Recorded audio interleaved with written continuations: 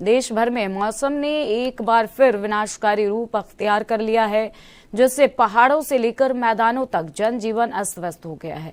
सबसे गंभीर स्थिति सिक्किम में मंगन जिले से सामने आ रही है, जहां लाचेन बुचकथांग रोड पर भारी बर्फबारी और लैंडस्लाइड के कारण करीब 800 पर्यटक फंस गए हैं।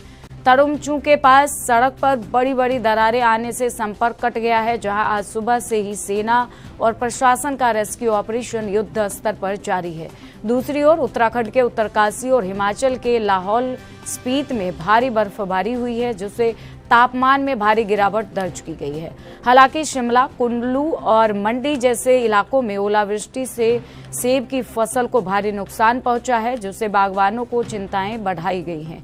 मैदानी इलाकों में बात करें तो उत्तरी प्रदेश में पिछले 72 घंटों के दौरान आंधी, बारिश और बिजली गिरने की घटनाओं में 15 लोगों की जान जा चुकी है।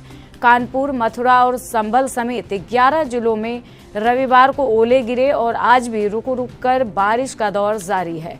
मौसम विभाग ने चेतावनी दी है कि आज से राजस्थान में एक नया और बेहद शक्तिशाली वेदर सिस्टम एक्टिव हो रहा है, जिसके चलते राज्य के 14 जिलों में तेज आंधी और बारिश का ऑरेंज अलर्ट जारी किया गया है। दिल्ली, एनसीआर, हरियाणा और पंजाब में भी आज 60 किलोमीटर प्रति घंटे की रफ्तार से हवाएं चलने और ओले गिरने की प्रबल संभावनाएं हैं। मध्य भारत भी इस मौसमी बदलाव से अछूता नहीं है। मध्य प्रदेश में 9 अप्रैल तक आंधी बारिश का दौर जारी रहने वाला है। मौसम वैज्ञानिकों के अनुसार अगले 2 दिनों तक हिमाचल, उत्तराखंड से लेकर केरल और आंध्र प्रदेश तक गरज चमक के साथ तूफान का असर बना रहेगा। दक्षिण भारत के राज्यों जैसे आंध्र प्रदेश और पुडुचेरी में ओलावृष्टि की आशंका जताई गई है, जबकि बिहार और झारखंड में भारी बारिश का अलर्ट है। प्रशासन ने लोगों से अपील की है कि खराब मौसम के दौरान सुरक्षित स्थानों पर रहें और ऊंचे पेड़ों या बिजली के खंभों से दूर रहें। फिलहाल इस खबर पर अधिक जानकारी के लिए टीना जी का बहुत बहुत स्वागत है। टीना जी, ये बेमौसम बरसात क्यों हो रहा है, क्या कुछ कहना चाहेंगे इस पे?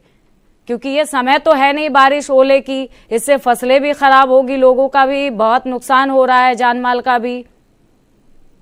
देखिए, जिस तरह से मौसम ने इस तरह का रुख अपनाया है, उससे न केवल मौसम को जो है मौसम के कारण जो फसलें हैं वो प्रभावित हो रही हैं, नुकसान हो रहा है किसानों बागवानों का, बल्कि जो इस तरह का जो मौसम में जो परिवर्तन देखने को मिल रहा है उससे आम लोग भी काफी परेशान है। जो दिनचर्या है लोगों की उसमें परिवर्तन आया है।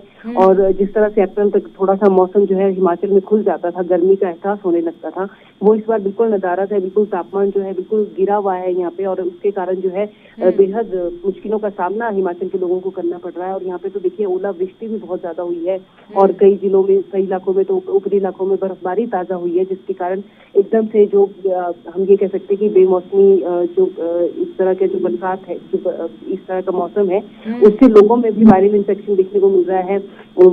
जो बुखार है और इस तरह की जो चीजें हैं वो देखने को मिल रही है। तो देखिए कारण तो बहुत बड़ा ही है इसके पीछे, क्योंकि ये तो है नहीं कि हिमाचल में केवल मौसम खराब है और बाकी जगह पे बिल्कुल साफ है। तो इसमें हम कह सकते थे कि हिमाचल में चीजें जो है वो गड़बड़ाई है। तो निश्चित तौर पे जो ग्लोबल वार्मिंग है या अन्य कारक है वो इसके पीछे है। लेकिन अगर लगातार इसी तरह मौसम अपना रुख बदलता रहा तो आने वाले समय में दिक्कतें हो सकती हैं। जिस तरह से अभी की भी हम बात करें तो हिमाचल के किसानों और बागवानों को भारी दिक्कतों का यहाँ पे सामना करना पड़ रहा है, क्योंकि उनकी जो फसल थी, कई फसलें जो है वो तैयार थी, कई फसलें जो जिनकी सेटिंग चल रही थी, स्टोन फ्रूट्स की सेटिंग चल रही है इस वक्त यहाँ पे, सेब की सेटिंग चल रही थी, वो बहुत ज्यादा यहाँ पे प्रभावित हुई है। तो आने वाले दिनों में उससे जो है उत्पादन यहाँ पे गिरेगा और निश्चित तौर पे किसानों और बागवानों को यहाँ पे बड़ा झटका लगेगा।